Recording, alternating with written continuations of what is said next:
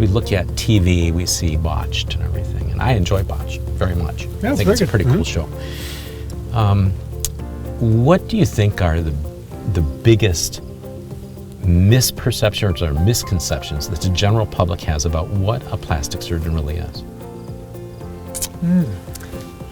I think the name, plastic surgeon, they think plastic, it's because you put in breast implants. First off, they're not plastic, they're primarily silicone. Yeah.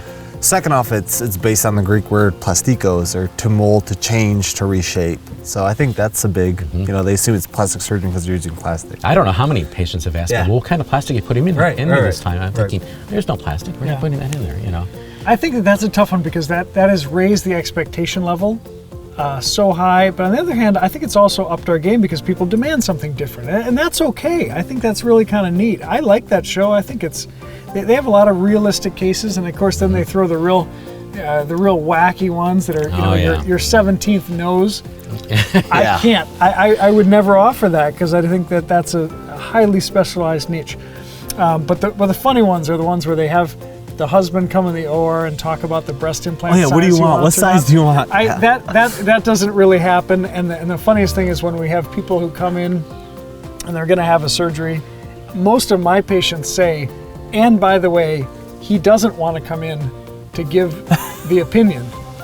And I think that's appropriate because we don't want anybody hitting the floor. Exactly. And that could happen. I think in some ways that has upped our game. I think that's brought to the mainstream a perception of what plastic surgeons can do.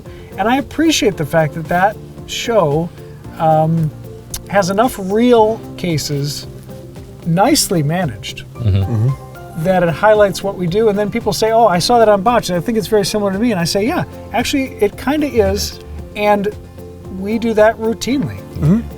That's the one sensational thing is that they say it's a real one-off and that they've never seen this bad a case before. Yeah. And actually, in Traverse City, Michigan, we see it all the time. All the time, yeah. That's the one thing that has been very interesting is, as I've gotten older, I've seen more and more things that haven't gone completely right, and most of them are not in the area, obviously. Most of them are from, downstate, and they come up and they say, okay, I've done 4 plastic surgeons downstate, 3 plastic surgeries, and I still don't think it's perfect. And you look at it, and it's not like that I'm magic or anything like that, but I think a lot of times some of the plastic surgeons aren't willing to take enough time and really sit down and figure out what to do.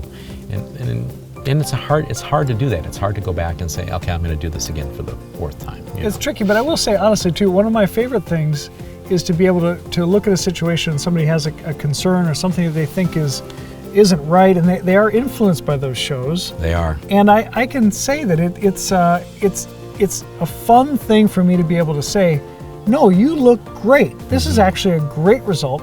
Sometimes people come with their before and after pictures and you say, you know what, this is a really tricky thing that somebody managed as best they could, well documented, and you should be very happy with what you have. I'm happy to say that in a situation. I would never present it as a situation where we can say, oh, we know how to do it better. Not necessarily. No.